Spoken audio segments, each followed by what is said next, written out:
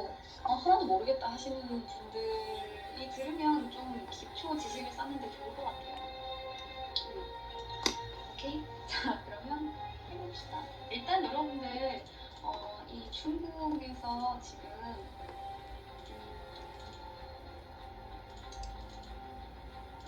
천안문에 얼굴 딱 걸려 계신 분, 이분 알고 있죠? 요 사진, 딱 그 천안문 딱 한가운데 쫙 있는 이분 있죠? 이제 이 사람의 이름이 마오쩌둥 모택동입니다. 마오쩌둥은 이제 중국식이고 모택동은 한국식이라서 모택동이라고 그냥 할게요. 이 사람이 바로 모택동이야. 그런데 모택동이 어떤 사람이냐? 모택동은 중국의 사상가이자 정치가, 군인, 혁명가, 그리고 중화인민공화국을 건국한 초대 중국 공산당 주석입니다. 그리고 마오쩌둥 주의를 창시를 했고요. 시인이나 서예가로 굉장히 유명합니다. 굉장히 문장가, 서예가, 약간 선동을 잘하는, 말 굉장히 잘하는 사람이죠.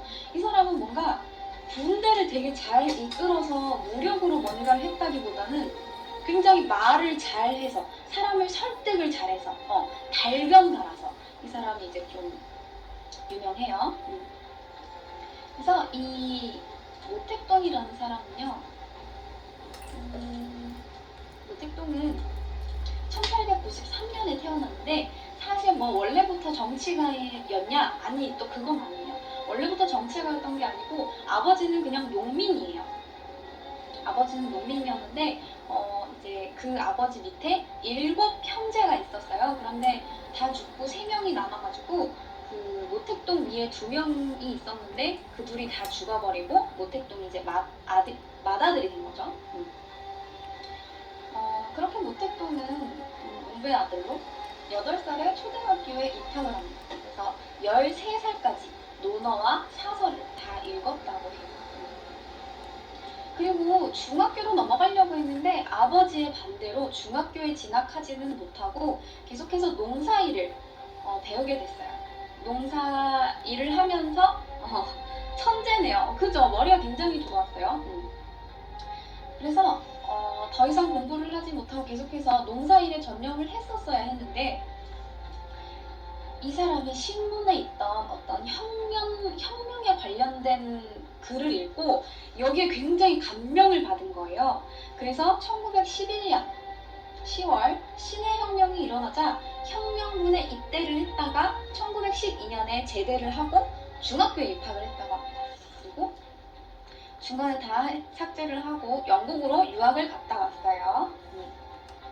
신해혁명이 뭔가요 하면 아주 짧게 설명을 해줄게요. 1911년에 있었던 중국의 민주주의 혁명이고요. 여기서 중화민국 난징 정부가 탄생하게 됩니다. 넘어가죠.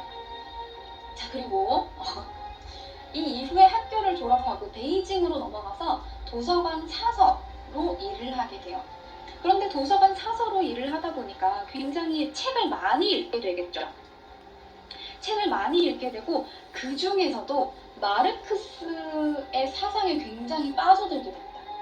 그리고 공산주의에 심취하게 돼요. 그리고 어찌어찌 고향으로 돌아와서 아버지가 돌아가셔서 아버지의 유산을 물려받고 결혼을 해서 아들도 둘을 낳습니다. 그리고 다시 창서로 돌아와서 사범학교 교사가 돼요. 그리고 본격적으로 마르크스 주의를 수용을 하고 혁명가가 되자라고 이제 본인이 다짐을 합니다. 혁명가가 되는 거죠.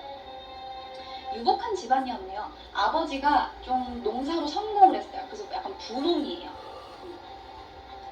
자, 그런데 그러던 중에 1921년에 공산당이 결성을 하게 되고요. 상하이에서 열렸던 중국 공산당 제1차 전당대회에 참석을 하게 돼요.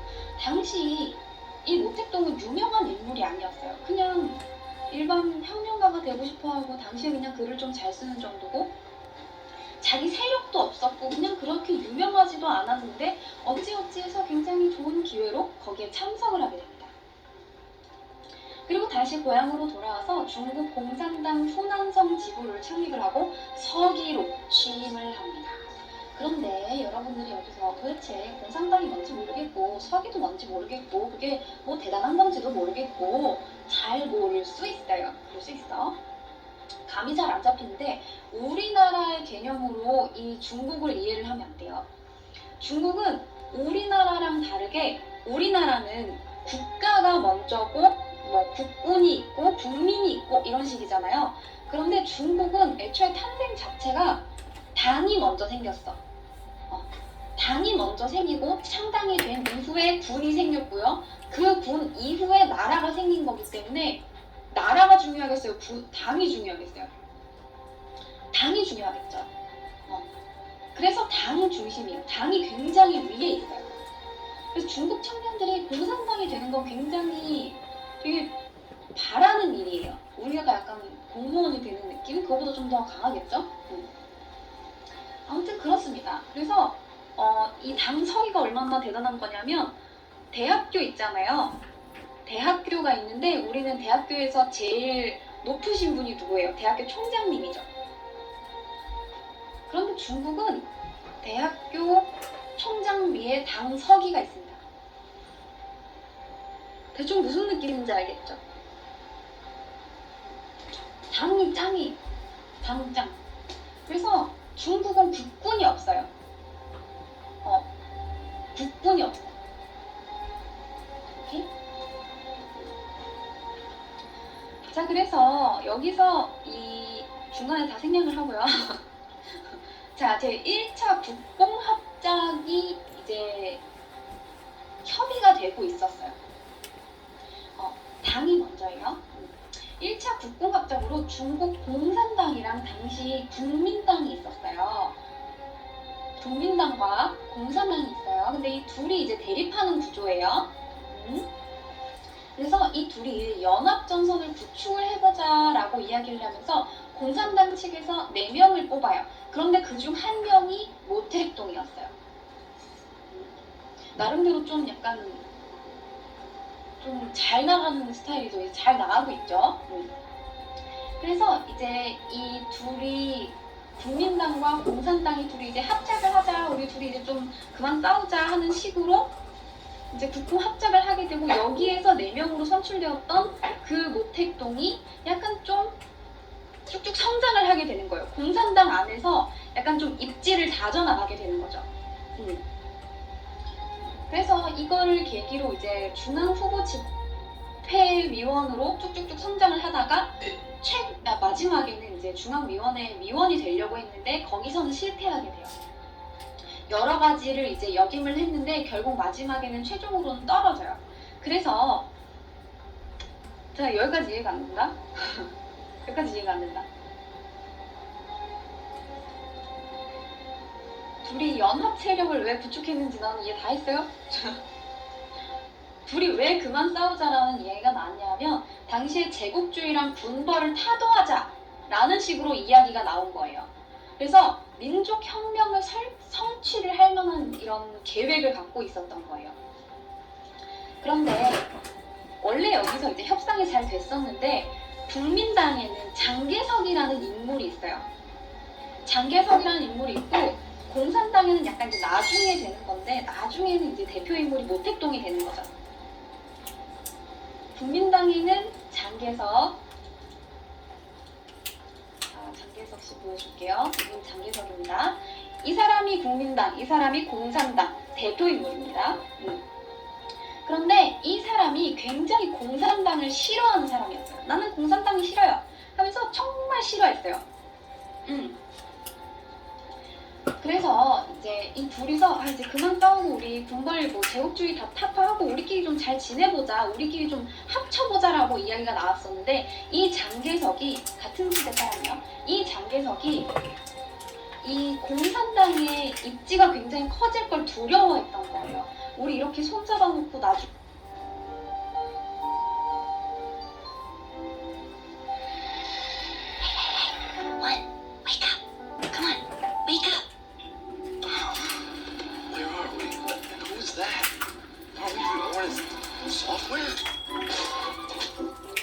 얘네들이 뒤통수를 치면 어떡하지? 우리가 이렇게 해놓고 나중에 공산당 사람들이 많아져서 우리 입지가 좁아져들면 어떡하지? 라고 이제 생각을 하게 된 거죠. 그래서 이제 장개석이 장제스예요. 그래서 이 장개석이 나중에 쿠데타를 일으킵니다. 그래서 이 국공합작이 결렬이 돼요. 최종으로는 결렬이 됩니다. 결렬이 돼요. 아무튼 뭐 이건 처음에는 이제 협상이 잘 됐었던 거니까 이 모택동은 차근차근 자기 입지를 다져나가고 있었어요. 그래서 이 모택동은 최종으로 위원이 되는 데 떨어지고 다시 고향으로 돌아오게 됩니다. 고향으로 돌아왔는데 이 사람이 농민 운동을 굉장히 주의 깊게 살펴보기 시작했어요. 이 모택동은 농민들의 힘이 엄청나서 나중에 이런 식으로 계속 탄압을 하거나 우리끼리 계속 싸우다 보면 이 농민들의 힘이 언젠가는 폭발할 거다라고 봤어요. 하지만 장개석은 그렇게 생각하지 않았어요. 이 장개석은요, 거의 권력이랑 영광의 절정에 있던 사람이에요. 되게 군대도 많았고 그냥 자기가 짱인 사람이었어요. 그래서 당시에 엄청난 세력을 갖고 있고 군사력도 있으니까 농민 따위는 신경 쓰지 않아도 된다고 생각했던 거죠. 그래서 노동자들하고 농민을 자기 편으로 만드는데 그렇게 노력하지 않고 오히려 이 소비에트의 요원이 되는 상하이 농민들을 다 학살을 하고 다녔어요. 그래서 도시에서는 공산당이 거의 전멸하기에 이릅니다. 처음엔 장개석이 훨씬 더 셌어요. 비교도 안 돼요. 개인적인 이런 군사력으로 보면 모택동은 거의 비교가 안 되는 급이에요. 그래서 이 도시에 있는 공산당은 거의 전멸을 하다시피 하고 지방에 있는 공산당들조차 거의 한 10분의 1 정도는 이제 다 죽어나가고 뭐 굉장히 많이 이제 공산당을 토벌을 한 거죠. 그리고 이 모택동은 이런 농민들이 자기들이 공산당 측에 있다고 이 장개석이 자기들을 막 죽이고 탄압을 하니까 농민들이 이제 화가 나겠죠. 그러다 보니까 어디에 붙겠어요? 모택동한테 붙겠죠. 그래서 모택동은 이 농민들을 다 끌어안습니다. 그래서 수백 명의 농민 운동가들을 데리고 피신을 해요. 장개석이 괴롭힐 수 없는 곳으로 피신을 합니다. 그래서 한동안 은신을 하면서 농민 부대를 재정비해요. 그리고 모택동은 중국 공농혁명군을 이끌긴 했는데 이 장개석의 토벌 군대에 다 진압을 당했어요. 장개석이 엄청나게 군사력이 짱짱했습니다. 그래서 다 탄압을 당하고 또다시 남은 사람들을 또 추려가지고 병력을 재편성을 하고 홍군을 만들어내요. 중국 공농 홍군이라고 합니다. 이제 여러분들 이런 거 본 적 있죠? 이게 바로 중국 공농 홍군의 표시예요. 이 안에 있는 이 망치 같은 거 있죠? 이 망치가 공을 상징하고요. 이 옆에 있는 낫 같이 생긴 거 있죠? 이게 농을 상징하는 거예요. 그래서 공농 홍군입니다. 자, 이렇게 홍군을 구성을 하게 돼요. 홍군을 구성을 해서 이제 이 공산당을 부흥을 시켜야 되는데 장개석의 토벌 군대에 계속해서 치이게 되고 이 홍군을 만들었다라는 이유로 모택동의 와이프가 처형을 당합니다. 장개석에 의해서. 그리고 모택동은 다른 여자랑 재혼합니다. 그리고 또 다른 공산당 지도자였던 주덕의 도움을 받아서 효율적인 군대를 조직을 하게 돼요. 그래서 지역 농민들을 지지 세력 삼아서 게릴라 작전을 펼치기 시작한 거예요. 게릴라 작전을 펼쳐가지고 그 지역의 주민들이 자기 편이니까 막 숨어 있다가 이 토벌군들이 오면 와 하면서 막 찌르고 다닌 거야. 그래서 이제 이 토벌 군대들을 점점점 없애기 시작합니다. 그래서 장개석은 이것 때문에 화가 나기 시작했어요. 한 번 보냈는데 다 토벌당했어요. 2번 보냈는데 다 죽어왔어요. 3번 보냈는데 다 죽어왔어요. 화가 나겠죠. 토벌 군대를 보내는 족족 다 죽어나갑니다. 그리고 홍군에 패배했던 이 국민 당군이 버리고 가거나 뭐 죽어서 떨어뜨렸던 무기들 혹은 식료품들 이런 것들이 홍군의 차지가 되면서 점점 뭔가 막 홍군을 하는데 혼자 있는 기간 동안 갑자기 어느 소식을 듣게 돼요. 무슨 소식이었냐면 장량이 굉장히 아프대요. 그래서 그 소식을 듣고 눈이 먼 나머지 가출을 해버립니다. 가출을 해서 장량을 따라왔어요. 그래서 조씨 집안에서는 이 조아 씨를 아예 우리랑 인연이 없다. 너 그냥 돌아오지 마. 너 내 딸 아니야. 라고 이야기해버립니다. 그래서 순식간에 조아 씨는 남자 아프다고 하고 따라왔다가 집안도 잃고 오갈 데 없는 신세가 되어버린 거예요.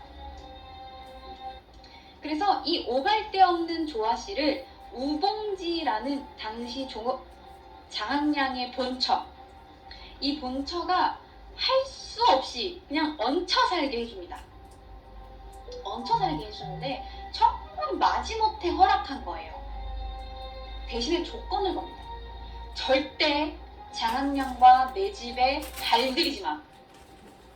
절대 우리 집에 들어오지 마. 들어올 생각도 하지 마. 그리고 내가 있는 한, 내가 눈을 시퍼렇게 뜨고 있는 한 너네 둘은 절대 결혼 못해. 너네 둘은 정식으로 부부가 절대 될 수 없을걸? 이라고 이 장항량의 본처가 신신당부를 하면서 조아 씨를 내쫓습니다. 그래서 결국 이제 따로 거처를 만들어가지고 둘이 약간 좀 꽁냥꽁냥하고 이렇게 지냈어. 그런데 서한사변 이후에 장항량이 연금이 되자 조아 씨는 도망가지 않고 옆에서 헌신을 다해서 장항량을 보살핍니다. 옆에서 정말 열심히 장항량을 보살폈어요. 그 덕분에 장항량은 긴 연금 기간을 버틸 수가 있었다고 하고요. 이것에 너무 이제 감명을 받은 장항량의 본처가 야 진짜 그 정도면 내가 인정. 야 인정. 야 내가 이혼해 줄 테니까 너네 둘이 결혼해라. 이렇게 된 거예요. 둘의 사랑을 이루어 주기로 합니다. 그리고 장항량의 본처는 장항량과 이혼을 하고 장항량과 이 조아 씨는 1964년에 둘이 결혼을 하게 되는데 그게 만난 지 무려 35년 만에. 만난 지 35년 만에 정식으로 부부가 돼요. 당시 이 조아 씨의 나이는 51세, 장항량의 나이는 63세예요. 그리고 이 장항량의 본처 우봉지는 둘의 결혼을 미국에서 축하해줬다고 합니다. 인정해준 여자도 대단하다. 대단하죠. 대단한 거예요. 자, 일단 오늘 제가 준비한 스캔들 이야기는 여기까지.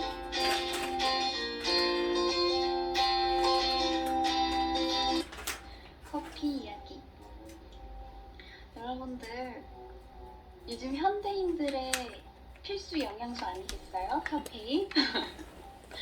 요즘 내 몸에는 피 대신 커피가 도는 것 같아. 그런 기분이야. 요즘 커피 되게 많이 마시거든요. 자, 그러면 이렇게 우리가 많이 마시는 커피는 사람들이 언제부터 마시기 시작했을까? 어떻게 커피라는 게 생겨난 걸까? 그걸 먼저 알아볼게요. 자, 사람들이 언제부터 커피를 마셨냐면 몰라요. 내가 어떻게 알아요? 정확한 기록이 없는데. 자, 사람들이 언제부터 커피를 마시기 시작했는지는 정확하게 알려져 있진 않아요. 하지만 전해져 내려오는 여러 가지 이야기들을 통해서 우리는 아주 옛날부터 사람들이 커피를 마셔왔을 것으로 추정을 하고 있습니다. 가장 널리 알려진 사람들이 이것이 정설이다 라고 알고 있는 가설 중에 하나가 6에서 7세기경 커피의 고향이었던 에티오피아, 염소를 기르던 목동 칼디에 대한 이야기예요. 어느 날 칼디는 자기가 기르고 있던 염소들이 갑자기 막 흥분을 해가지고 오! 막 이러면서 막 뛰어다니고 춤을 막 추면서 밤에 잠을 안 자는 걸 발견했어요. 그동안 얌전했던 이 염소들이 갑자기 흥분을 하니까 칼디가 그 이후로 염소들의 행동을 주시하기 시작합니다. 쟤네들이 왜 잠을 안 잘까? 쟤네들이 왜 저렇게 신이 났을까? 라고. 그 결과 염소들이 평상시와는 달리 붉은 열매가 있는 나무 주변에 가서 그 열매를 탁 하고 따먹으면 애들이 막 정신 나간 듯이 막 춤을 추고 막 나무를 막 돌아다니고 이런 걸 발견했어요. 그래서 그걸 너무 신기하게 여긴 나머지 칼디가 그 열매를 따서 자기가 먹어봅니다. 그런데 갑자기 막 기분이 상쾌해지고 머리가 막 맑아지면서 각성 효과가 막 나죠. 막 두근두근하면서. 그래서 이런 너무 신기한 열매를 가까운 이슬람 사원에 있는 승려한테 알려줍니다. 그리고 이 승려가 열매를 가져다 끓여 먹은 후 이 열매가 정신을 맑게 하고 피로를 덜어주는 효과가 있다는 것을 발견하고 그 이후부터 사원에서 밤샘 기도를 할 때 졸음을 쫓기 위해서 마시기 시작했다고 합니다. 이것이 칼디의 전설이에요. 오, 신기하죠? 두 번째 설이에요. 두 번째 설은 오마르 이야기입니다. 칼디의 전설과는 다르게 이번에는 승려로 시작해요. 이슬람 승려 오마르라는 사람이 커피를 처음으로 발견했다라는 가설인데, 오마르는 중병에 걸린 성주의 딸을 치료하다가 눈이 맞아버립니다. 성주 딸이랑 눈이 탁 맞았는데 그게 되겠어요? 승려랑 성주 딸이랑. 그래서 그 성주에 의해서 추방이 됩니다. 뭐 모함을 받았다든가 뭐 눈이 맞았다든가 그건 여러 가지 설이 있는데 어쨌든 추방을 당했어요. 그러던 어느 날 배고픔에 지쳐 쓰러져 가던 이 오마르가 한 산속에서 작은 새가 즐겁게 막 띡띡띡띡 하고 있는 걸 발견한 거야. 그래서 뭐지? 하고 딱 가봤는데 하얀 꽃과 빨간 열매가 달린 나무를 발견한 거예요. 너무나 배가 고팠던 오마르는 그 열매를 따서 탁 먹었는데 힘이 막 불끈불끈 솟고 머리가 막 맑아지기 시작하고 가슴이 두근두근 뛰니까 그 이후로 이 열매를 즐겨 먹게 됐다고 합니다. 그렇게 열매를 따가지고 돌아다니고 이걸 막 먹고 이러다가 메카라는 곳으로 순례를 갔는데 병들고 지친 짐진자들을 거기서 만나게 된 거지. 그래서 이 열매를 딱 줬는데 그 사람들이 약간 기운을 차린 거예요. 그래서 이 열매로 치료를 하게 되었고, 많은 사람들을 치료해준 이 오마르는 면죄부를 받아서 고향으로 돌아갔다는 이야기.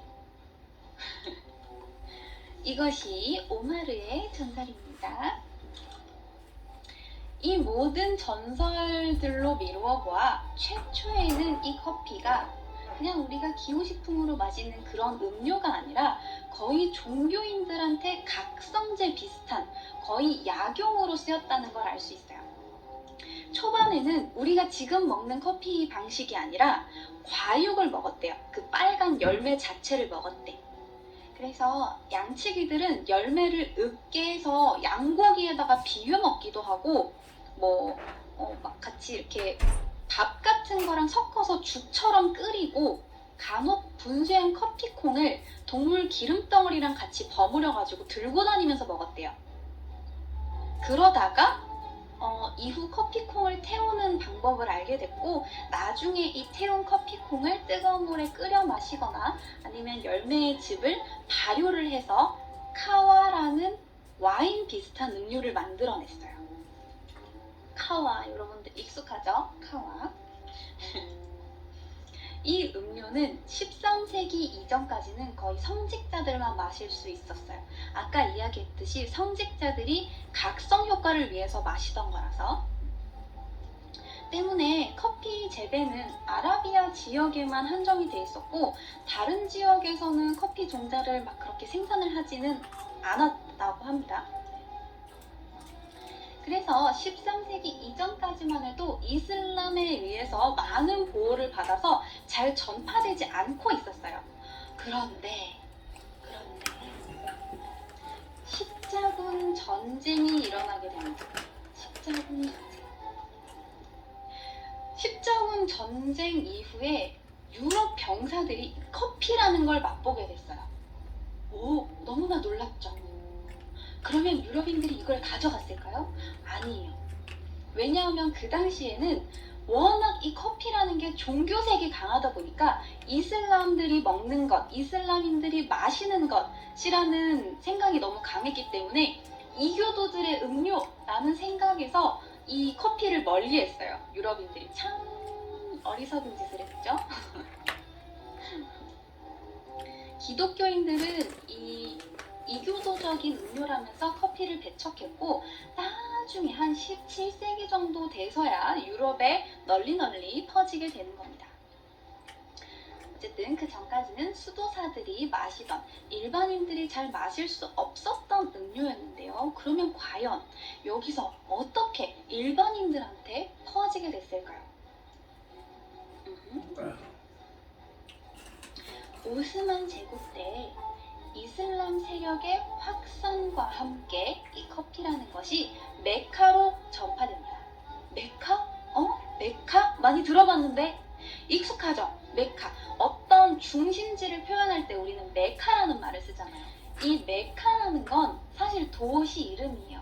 마호메트의 탄생지이자 이슬람 최고의 성지입니다. 그래서 이슬람 신도들은 이곳으로 성지 순례를 오는 게 꿈이에요. 16세기 역시 메카에 많은 성지 순례자들이 모이게 됐고 이때부터 커피가 순례자들에 의해서 이슬람 국가 전체로 퍼져나가게 됩니다. 하지만 정작 메카에서는 이 커피를 불안한 음료라고 생각을 했어요. 커피 하우스라는 게 만들어지기 시작했어요. 지금으로 따지면 카페 같은 거죠. 커피 하우스라는 게 많이 이곳저곳에 생겼는데 이걸 폐지하기 시작했어. 커피 금지령을 내렸어.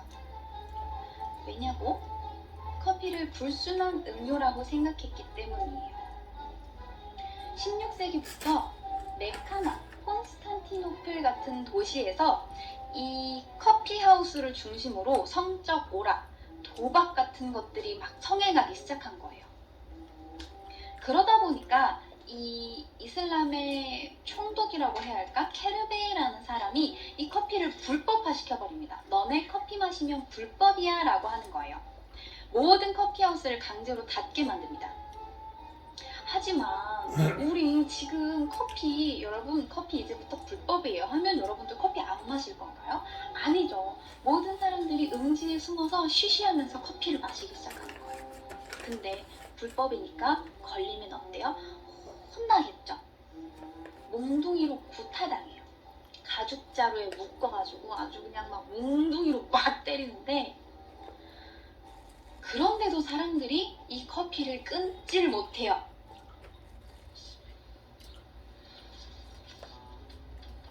딸아, 네가 벌써 결혼을 한다니 정말 믿기지가 않는구나. 천사 같은 네가 태어나고 정말 결국 처벌 대상에서 제외됩니다. 나중에 케르베라고 커피를 불법화시킨 사람은 나중에 참수당하고 죽었다고 해요.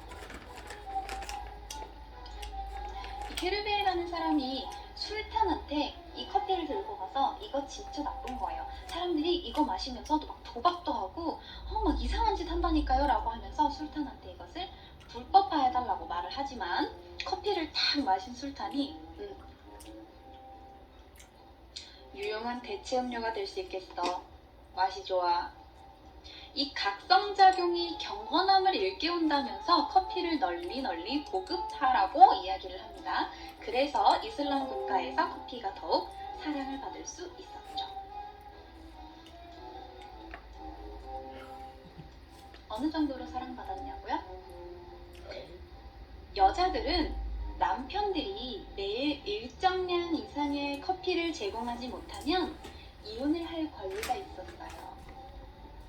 그 정도입니다, 여러분들. 자, 그래서 이 이슬람 국가들에서 커피가 막 유행하기 시작하고 나중에 베니스의 무역상들이 이 커피를 처음으로 정식으로 수입을 해서 유럽인들한테 소개를 해주게 됩니다. 그 전까지는 이 커피라는 건 이교도의 음료, 악마의 유혹, 사악한 나무의 검은 썩은 물 이라는 말로 부르면서 마시지 말라고 했는데 교황한테 가져가서 이건 진짜 나쁜 음료예요 라고 하고 다 마셨는데 어땠겠어요? 술탄이랑 똑같은 반응이 났죠.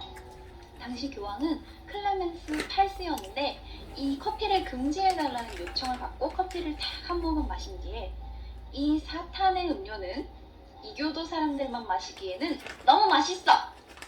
라고 하면서 이 커피에다가 세례를 내려줍니다. 그래서 유럽에 널리 전파될 수 있도록 해주셨어요.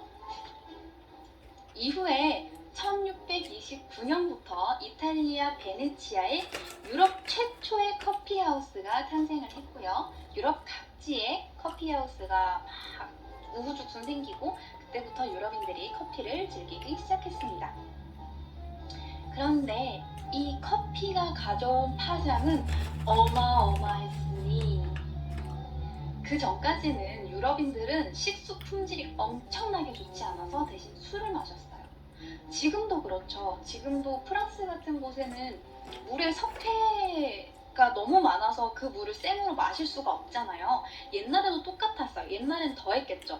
식수 품질이 너무 좋지 않았고 마실 음료가 마땅치 않았기 때문에 이 유럽인들은 매일매일 술을 마셨어요. 물론 어쩔 수 없는 선택이었죠. 물도 마실 수가 없고 딱히 마실 음료가 없었으니까. 하지만 그렇다 하더라도 아무리 매일 술을 마신다 하더라도 술에 취하는 사람은 있기 마련이겠죠. 음주 때문에 문제들이 많이 생겼고 그 와중에 커피가 짠 하고 나타난 거지. 커피가 등장을 하면서 이 술에서 이제 사람들이 깨기 시작하는 거예요. 맨날 막 해로워요. 아침부터 맥주를 마시고 역시 해장 맥주 막 이러고 있는 사람들이 커피를 마시면서 각성을 막 하기 시작했어. 우와 이러면서 이 술에서 깬 사람들이 이 유럽인들이 그제서야 르네상스를 이룩하기 시작합니다. 커피로 인해서 아무리 마셔도 취하지 않는 음료, 건전한 공간 등의 이미지로 신사들과 부르주아가 이 커피하우스에 모여서 각종 이야기를 하는 거예요. 때문에 이 당시에 커피하우스 정치인이라는 말이 생기기도 했습니다. 이게 무슨 말이냐면 하루 종일 커피하우스에 죽치고 앉아가지고 아유 역시 정치인들은 다 똑같아. 아유 안 된대. 야 저번에 누가 잡혀갔다더라. 이런 사람들 그냥 맨날 그냥 커피하우스에 있으면서 뭐 하나 제대로 하는 것도 없이 그냥 맨날 정치 비판이나 하는 사람들 그런 사람들을 커피하우스 정치인이라고 불렀습니다. 어쨌든 이러한 이유로 커피하우스는 근현대 유럽 경제, 정치, 철학, 학문 등이 탄생한 곳이에요. 계몽주의의 선구자였던 볼테르는요 하루에 커피를 50잔을 마셨고 장자크 루소 역시 커피 마니아였다고 해요. 이 둘이 커피하우스에 모여서 커피 타임을 다 가지면서 뭘 했겠어요? 프랑스 시민혁명의 사상적 근간을 만들었습니다. 그래서 프랑스 혁명 대단하죠? 대단합니다. 이래서 커피가 유럽의 르네상스를 가져왔다라고 이야기를 하는 거예요. 이 영국에서도 영국 과학자로서 최고의 영광이라고 하는 과학자들의 모임인 왕립학회 역시 커피하우스에서 탄생했다고 합니다. 하지만 과거 커피하우스는 꽤나 성차별적인 요소가 있었어요. 왜냐하면 남자들의 전유물이었기 때문이에요. 여자들은 커피하우스에 출입을 할 수조차 없었습니다. 그래서 18세기의 프랑스의 위대한 여성과학자인 에밀리라는 사람은요, 에밀리 듀 샤틀레라는 과학자는 동료 수학자 피에르 루이라는 사람이 이 막 커피하우스에 모여가지고 다른 사람들이랑 막 얘기하고 이런 게 너무 부러워서 남장을 하고 커피하우스에 들어갔다고 합니다. 근데 상황이 이렇게 되니까 여자들이 불만이 터져나오기 시작한 거예요. 그래서 커피를 부정적으로 보기 시작합니다. 커피는 나쁜 거예요. 남자들이 맨날 거기 죽치고 앉아가지고 맨날 헛소리나 하고 정치 비판이나 하고 생산적인 걸 아무것도 안 해. 라면서 여자들이 반발을 했어요. 그러자 남자들이 전혀 이것은 해롭지 않고 정신을 맑게 하는 음악인데 너희는 왜 커피에다가 화풀이를 하느냐? 라고 하면서 반박을 했다고 합니다. 어쨌든 이렇게 인기가 엄청나다 보니까 18세기에 들어서는 각국이 식민지에 커피 재배를 하기 시작해요. 이 당시에 커피가 엄청 비쌌거든요. 네덜란드가 인도네시아 자바섬에다가 커피를 심었고요. 자메이카 등 여러 나라에서 또 커피가 재배가 됐는데 이때 유럽 국가들이 국내 수요를 넘어서 수출까지 하기 시작했어요. 그런데 도대체 왜 식민지에다 이렇게 심었을까? 아니 뭐 자기 나라에다가 심으면 굳이 뭐 배 타고 안 와도 되잖아. 왜 굳이 뭘 식민지에다 심어서 가져왔을까? 커피가 자라기에 적합한 기후가 있어요. 적도 기준 남북이 20도 정도라고 합니다. 그래서 이 남북이 20도 정도를 커피 벨트라고 해요. 여기에 해당되는 지역이 에티오피아, 케냐, 예멘, 과테말라, 콜롬비아, 기타 등등입니다. 이렇게 특정 지역에서만 커피나무가 자라는데 품종마다, 지역마다, 산의 높이마다 또 맛이 다르고 원두가 달라요. 원두에는 맛이 한 6개 정도가 있습니다. 신맛, 쓴맛, 바디감, 아로마, 플레이버, 단맛.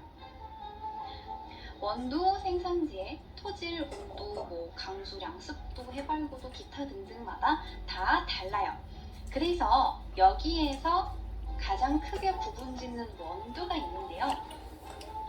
크게 로부스타, 아라비카, 리베리카 정도입니다. 아라비카라고 불리는 원두, 여러분들 아라비카 엄청 많이 들어보지 않았나요? 이 아라비카 원두는요, 커피 벨트 중에서도 해발 800m 이상의 고산지, 고원에서 생산이 되는 고급 품종의 커피를 아라비카라고 합니다. 그런데 이 아라비카는 고급 품종 치고는 아주 많이 쓰여요.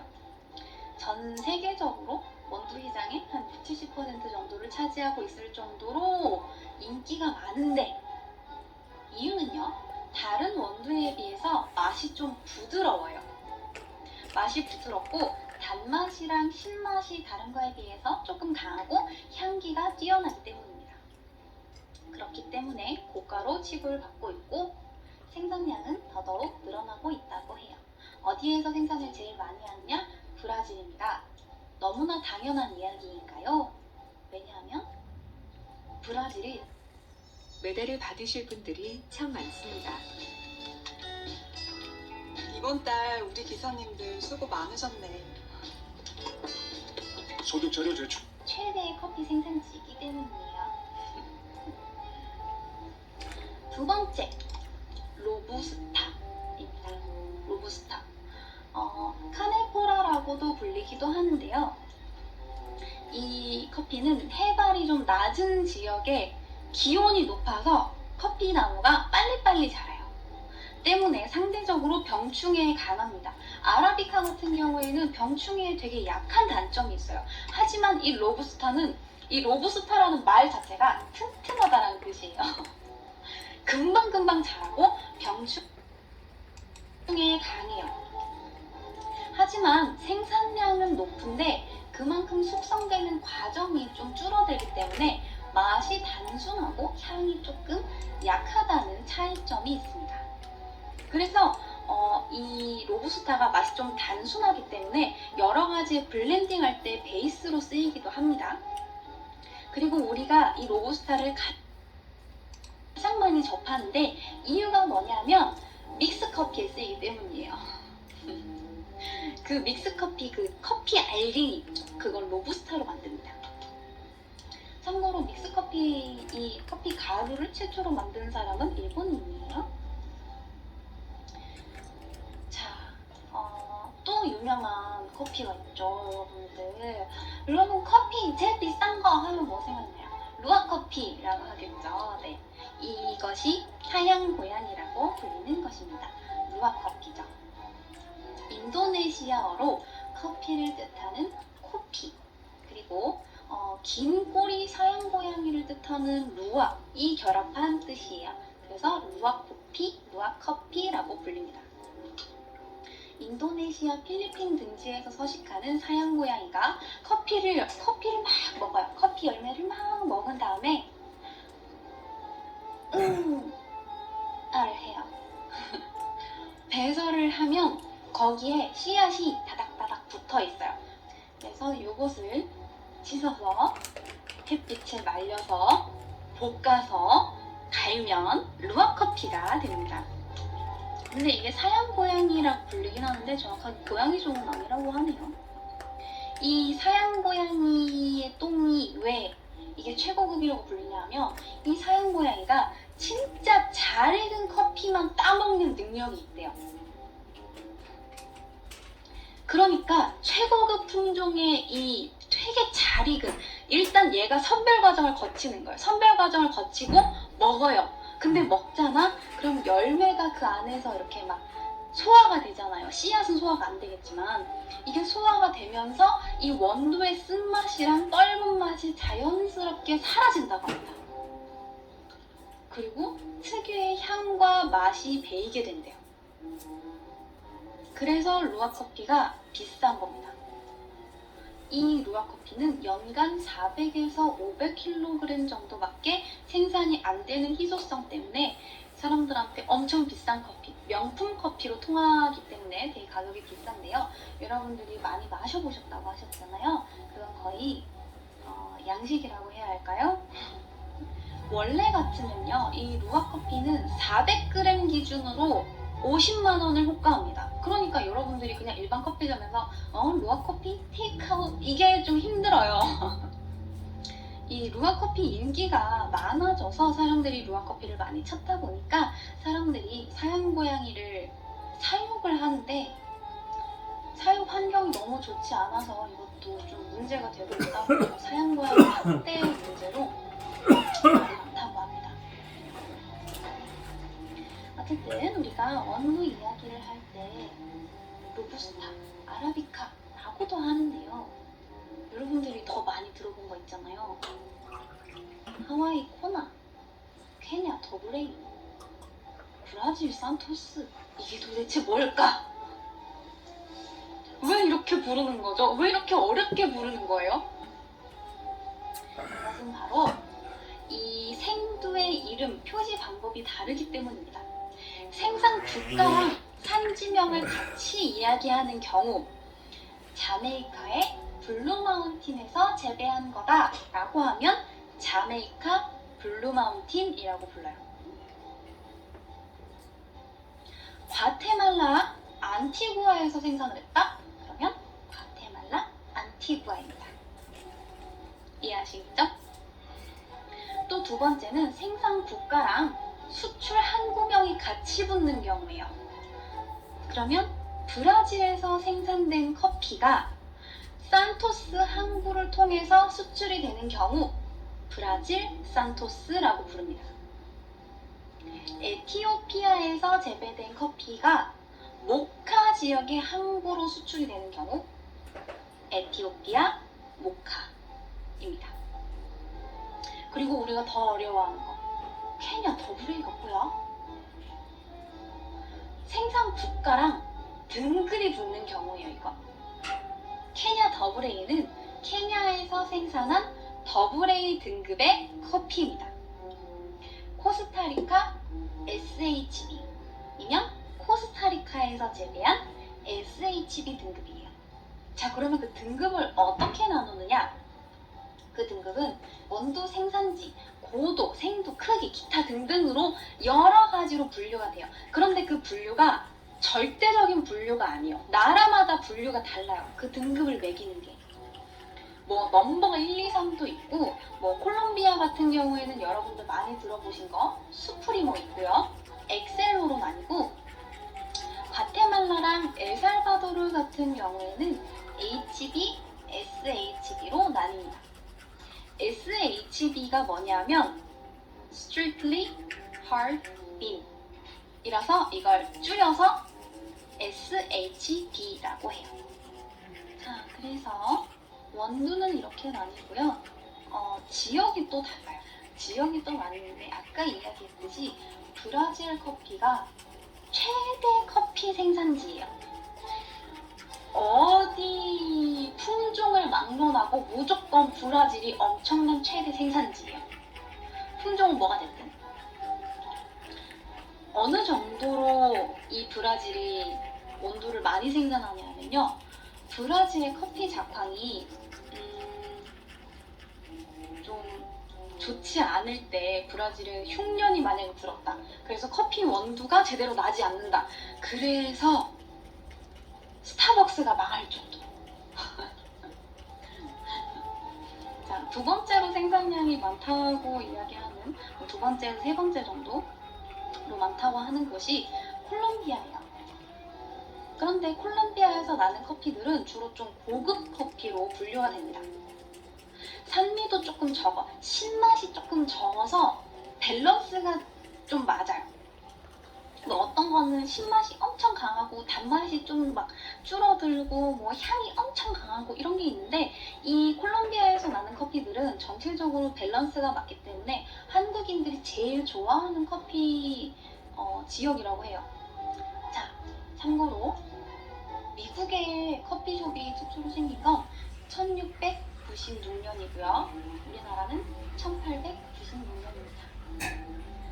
자, 우리는 지금 엄청나게 커피를 많이 마시고 있는데 옛날에도 엄청나게 많은 유명인들이 커피와 관련된 에피소드들이 있었어요. 진짜 아까 이야기했듯이 유럽인들의 그 지성 집단이라고 하죠. 뭐 베토벤, 뭐 고흐, 뭐 루소, 벨자크 이런 사람들이 전부 다 커피를 엄청 좋아했어요.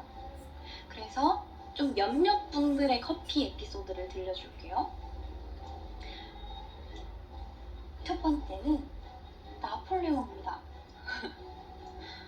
나폴레옹이 커피를 엄청 좋아했대요. 군 복무 시절에 돈이 없을 때는 어떻게 했냐면 군모를 이렇게 벗어서 커피랑 잠깐만 바꿀까요? 내가 이거 돈 가지고 군모 찾으러 올게요. 이렇게 해서 군모를 맡기고 커피를 마셨을 정도로 엄청나게 좋아했대요. 전쟁 때문에 커피를 못 마시는 경우가 생기잖아요. 그러면 말린 치커리로 커피처럼 내가지고 그 쓴물을 마셨대요. 너무 마시고 싶어서. 프랑스의 실존주의자 사르트르 같은 경우에는 진상고객이었어요. 카페로 출근을 합니다. 매일매일 그 파리 생제르맹에 있는 한 카페를 10년 동안 다녔는데 정해진 시간이 되면 와서 커피 딱 한 잔 시켜놓고 하루 종일 거기서 일을 하는 거야. 너만 알고 있어. 내가 봐도 광고 같은데요? 광고 맞아. 봐봐. 여기서 라이브가 겨우 500개씩 돌아가. 그거지. 쇼핑 라이브. 하루에 지금까지 몇 개나 팔린 것 같아? 겨우 1000만 개 정도? 테이블 2개를 차지하고.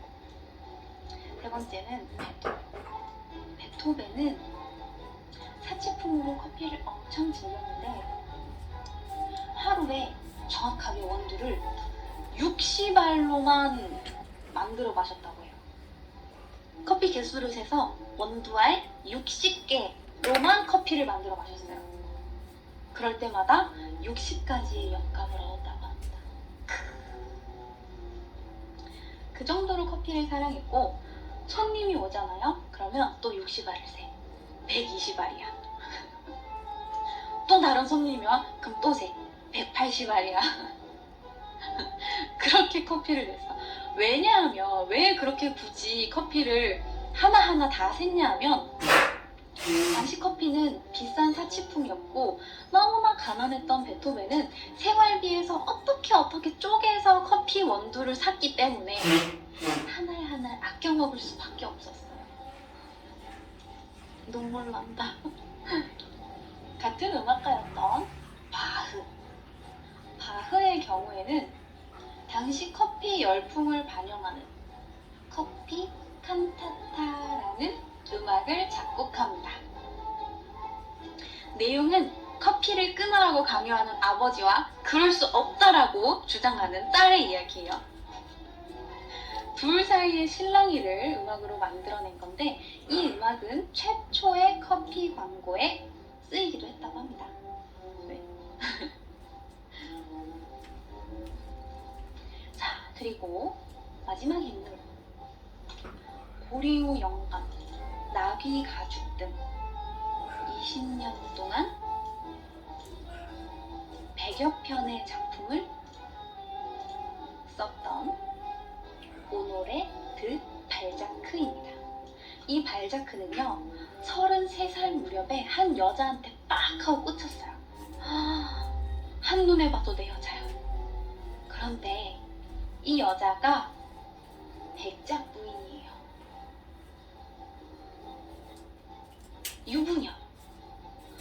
유부녀 백작 부인한테 첫눈에 반해버립니다.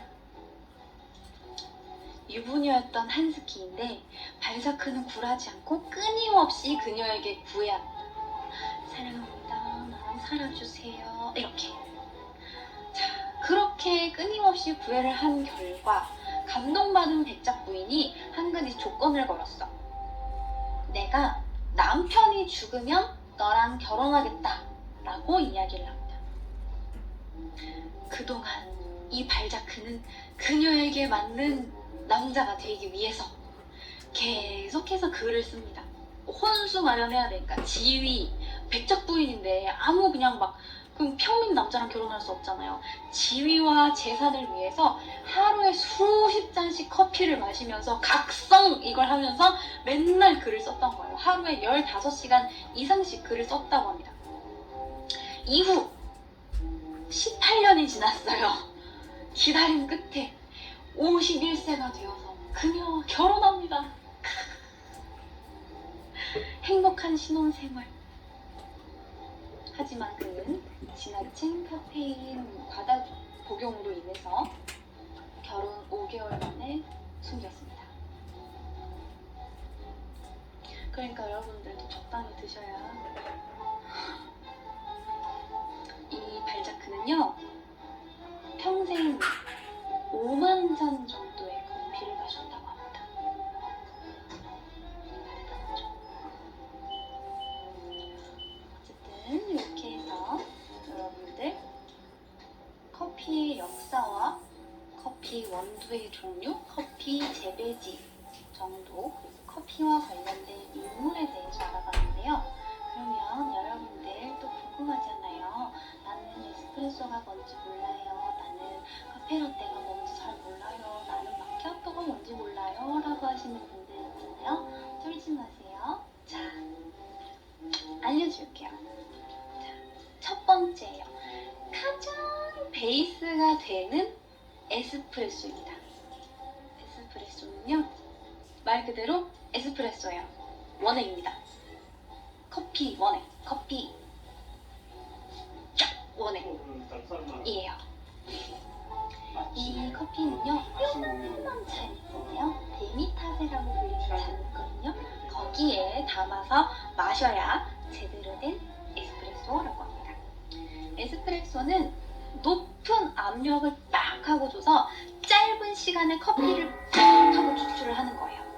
그래서 카페인의 양이 굉장히 적고 커피의 순수한 맛을 즐길 수 있는 거예요. 왜 에스프레소냐 라고 부르신다면 익스프레스라는 빠르다 라는 의미에서 에스프레소입니다.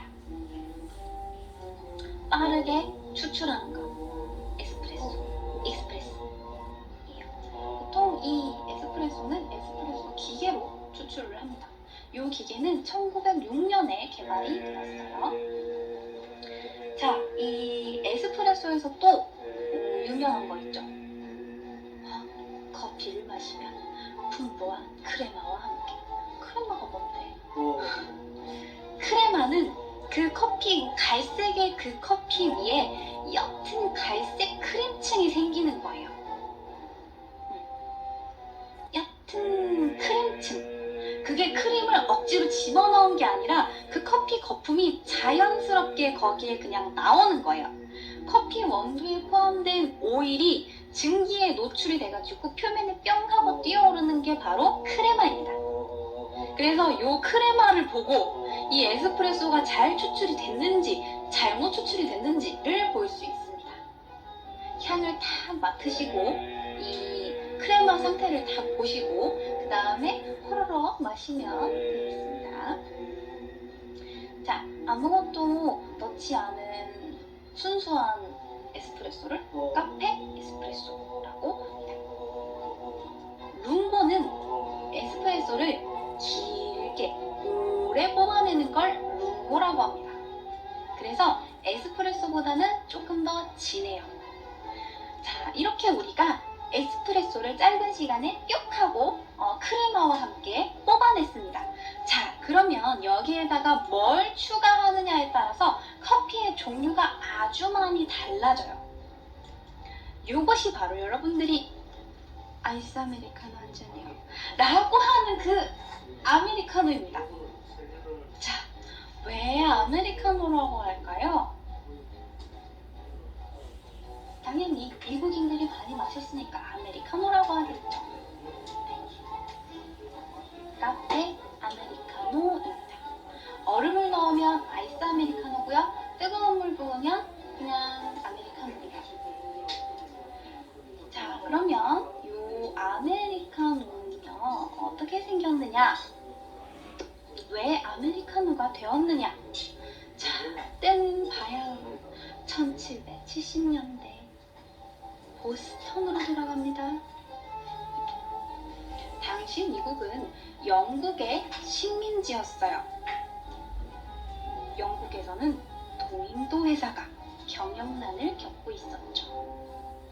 동인도 회사가 파산을 하면 주주들은 물론이고 은행이고 정부고 살아남을 수 있는 곳이 없었어요. 그렇기 때문에 동인도 회사를 살려야만 했죠.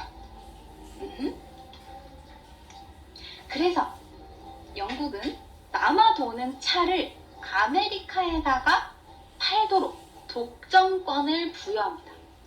그래서 이 미국의 상인들은 차를 수입할 수가 없어요. 오로지 동인도에서만, 동인도 회사를 통해서만 차를 얻을 수 있었죠. 너무 지나친 식민지 탄압이에요. 너무 불공평해요. 라고 생각했던 미국인들은 영국에 항거하기 위해서 불매운동을 펼친다. 차 불매운동. 영국인 니네가 우리한테 차만 마시라고 강요했어? 안 마셔. 라고 하게 된 거예요. 그래서 이에 미국의 급진파에 속했던 150명 정도의 미국인들이 인디언으로 분장을 해서 보스턴 항구에 있었던 영국 배를 후다닥 올라타서 차 상자를 바다에다가 휙휙 집어 던지기 시작합니다. 버렸죠. 이것이 보스턴 차 사건입니다.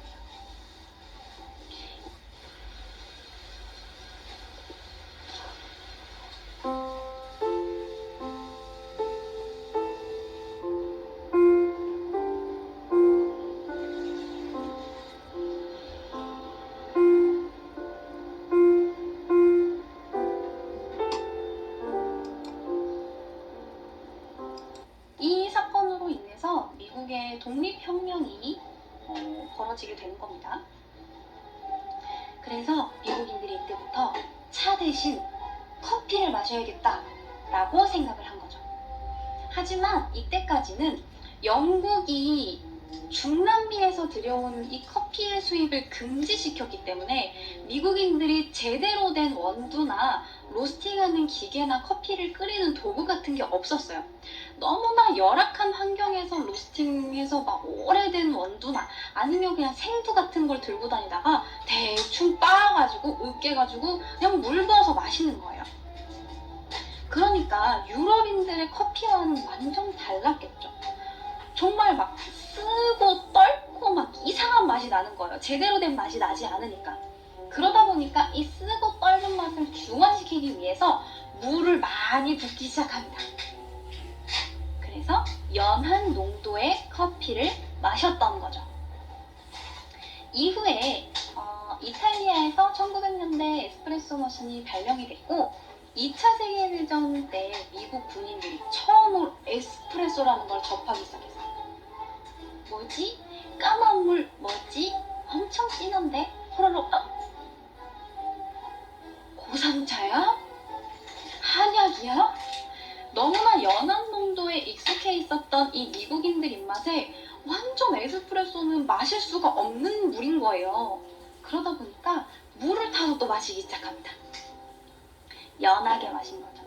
그래서 그걸 보고 유럽인들이 커피 맛도 모르는 것들 이라고 하면서 조롱하는 뜻으로 아메리카노라고 부르기 시작했어요.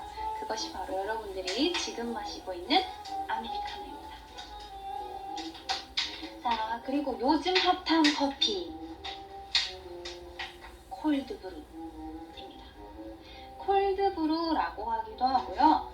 더치커피라고도 부르기도 합니다. 이 더치커피라는 것은요. 과거 네덜란드령 인도네시아 식민지에서 로부스타 종의 커피를 재배를 해서 커피를 유럽으로 운반을 하던 도중 이 선원들이 배에서 커피를 먹기 위해 고안해낸 것이라고도 합니다. 혹은 저장을 해놨는데 비가 새고 물이 막 습해져가지고 여기서 커피물이 뚝뚝 떨어졌는데 그걸 탁 마셔보니까 엄청 맛있었다라고 해서 이 더치커피가 만들어졌다라는 이야기가 있는데요. 사실 이 이야기의 문헌은 어디에도 없습니다. 이 더치커피라는 건 미국 같은 서양권에서는 아예 쓰지 않아요. 이 이야기는 일본인들이 브랜드의 스토리텔링을 위해서 만들어냈다라는 이야기가 지배적이에요. 그래서 더치커피라고 하지 않고 다른 곳에서는 일본식 커피라고 또 부른다고 합니다. 그래서 이걸 요즘 콜드브루라고 부르죠. 더치커피라는 정확한 명칭은 우리나라에서만 쓰는 거고요. 정확하게는 그냥 콜드브루라고 하시면 됩니다. 이게 이제 숙성 과정을 거치고 굉장히 오랜 시간 막 찬물과 함께 원두를 이렇게 우려내야 되는 거라서 커피 눈물이라고 부르기도 한다고 해요.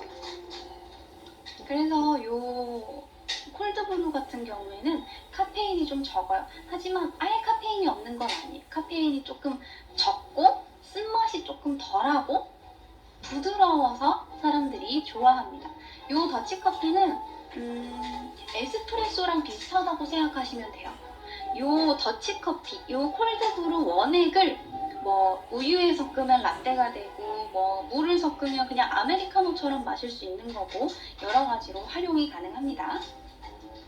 찬물, 상온의 물로 장시간 추출을 한 커피고요. 이 커피 같은 경우에는 특이하게 숙성 기간을 거칩니다. 하루 이틀 정도, 일주일 정도도 냉장 보관할 수 있고요. 또 궁금한 거 있을까요? 또 궁금한 커피? 카푸치노? 카푸치노랑요 라떼랑 뭐가 다를까요, 여러분들? 이 카푸치노는요 오스트리아 합스부르크 왕가에서 처음 만들어 먹기 시작했다고 합니다. 이 2차 세계대전이 끝나고 나서 에스프레소 머신이 많이 보급이 되고 전 세계로 퍼져나가면서 처음에 이 카푸치노를 만들어 먹을 때 계피가루나 초콜릿 가루를 뿌려 먹진 않았는데 현재에는 계피가루가 꼭 들어가죠. 이 카푸치노라는 명칭은 이탈리아 프란체스코의 카푸친 수도회 수도사들에게서 유래가 되었다고 해요. 이 카푸친 수도회의 수도사들은요, 청빈, 그러니까 청렴하고 그런 의미로 모자가 달린 원피스 모양의 옷을 입는데 진한 갈색 거품 위에 우유 거품을 딱 얹은 모양이 이 카푸친 수도사들의 모자를 얹은 모습과 비슷하다라고 해서 카푸치노라고 이름이 붙여졌다고 합니다. 혹은 그냥 수도사들이 입던 옷 색깔이랑 비슷하다고 해서 붙여졌다는 설도 있는데, 어쨌든 카푸친 수도회에서 카푸치노가 나왔다는 거, 그런 차이입니다. 에스프레소를 바닥에 깔고요, 스팀 밀크를 붓고요, 그 위에 스팀 밀크를 만들면서 우유 거품이 생기거든요. 그걸 풍부하게 깔아주는 겁니다. 그리고 그 위에 뭐 취향에 따라서 뭐 오렌지 제스트나 아니면 계피가루나 초코가루를 뿌리는 겁니다. 똑같은 재료가 들어가지만 카푸치노와 라떼의 가장 큰 차이점은 위에 우유 거품이 얼마나 들어가느냐에 따라서 다른 거예요. 라떼에 상대적으로 우유가 잘 많이 들어가고 우유 거품은 그냥 위에 살짝 얹어지는 정도고, 카푸치노는 거의 뭐 1대1 정도 비율 들어가나? 그렇고 위에 우유 거품이 더 많이 들어가는 거예요. 그 다음에 또 특이한 게 있는데요. 플랫 화이트라는 게 있어요. 이거는 호주에서 먹어요. 저도 호주에서 라떼가 먹고 싶은데 라떼가 없는 거예요. 그래서 라떼가 없냐고 물어봤더니 플랫 화이트를 추천을 해주시더라고요. 먹어보니까 라떼더라고. 차이점은 위에 우유 거품이 없는 거예요. 그래서 플랫 화이트인 겁니다. 호주에 가시면 라떼 대신 플랫 화이트를 드시면 되는 겁니다. 자, 그 다음에 또 여러분들이 궁금한 거 있죠? 요즘 또 그거 유명하다며? 비엔나 커피? 비엔나 커피 유명하다며? 비엔나 커피가 뭐냐면 아메리카노에다가 휘핑크림을 얹으면 비엔나 커피가 됩니다. 이 오스트리아 비엔나에서 유래를 한 커피라고 해요. 에스프레소 위에다가 휘핑크림을 얹으면 카페 콤파니아가 됩니다. 콤파니아랑 비엔나의 차이는 뭘까요? 똑같이 휘핑크림이 올라가는데 비엔나는 아메리카노 위에다가 휘핑크림을 올린 거고요. 콤파니아는 에스프레소 위에다가 올린 거예요. 자, 그 다음에 에스프레소 마시기 어려우면 에스프레소 마키아토 달라고 하세요. 그쵸, 마키아토 달라고 하는데 그럼 마키아토가 뭔지는 알고 먹어야 되지 않겠어요? 마키아토가 뭐냐 하면 마키아토라는 건 얼룩진이라는 뜻을 가지고 있어요. 얼룩진, 점 찍다라는 걸 마키아토라고 하는데, 이 에스프레소를 내리면 아까 위에 커피 오일이 크레마가 생긴다고 했잖아요. 커피 거품이. 거기에 우유 거품이 살짝 얼룩이 진 모습을 보고 얼룩진이라는 뜻을 가진 마키아토를 갖다 붙인 겁니다. 에스프레소에다가 정말 우유 거품을 얹은 거예요. 그러다 보니까 이 크레마랑 우유 거품이랑 살짝 섞이면서 얼룩진 것처럼 이렇게 생긴 게 마키아토입니다. 캐러멜 마키아토. 캐러멜 시럽을 넣으면 캐러멜 마키아토고요. 우유를 넣으면 라떼 마키아토고요. 요게 그냥 에스프레소 마키아토고, 여기 우유를 첨가하면 라떼 마키아토, 그리고 캐러멜 시럽을 넣으면 캐러멜 마키아토입니다. 자, 제가 일단 준비해온 커피 종류는 요 정도입니다. 여러분들이 혹시 궁금하신 게 있으시면 더 물어보셔도 돼요.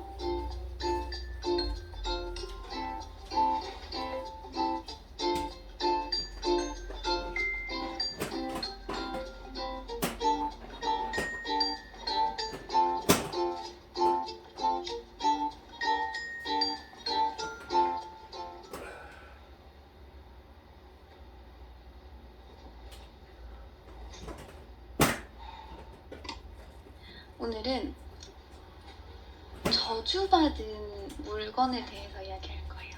세계 4대 피의 다이아몬드라고도 불리죠.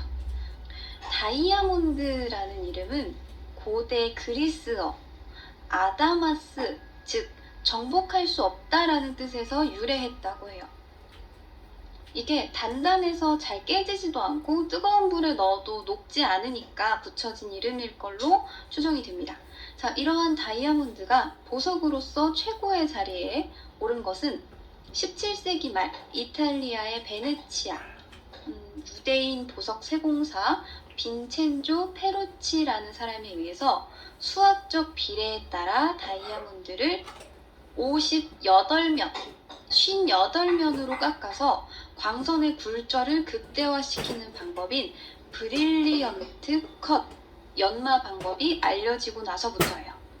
그래서 그 다이아몬드를 보면 엄청나게 반짝반짝 하잖아요. 빛이 막 산란해가지고 여기서 빛나고 저기서 빛나고 하잖아요. 그러니까 그렇게 연마가 된 이후에 빛이 나고부터 다이아몬드가 최고의 보석이 된 거죠. 그리고 18세기 초 브라질에서 다이아몬드 광산이 발견되기 전까지는 인도가 유일한 다이아몬드 생산국이었고, 유럽에 수입되는 다이아몬드는 아주 극소량이었기 때문에 다이아몬드는 왕족이나 귀족만이 소유할 수 있도록 법률로 규제되어 있었다고 해요. 이후에 다이아몬드가 대중화된 건 1866년 남아프리카 공화국에서 대규모의 다이아몬드 광산이 발견된 이후, 근대적 채굴법이 채택된 이후부터 가능해졌어요.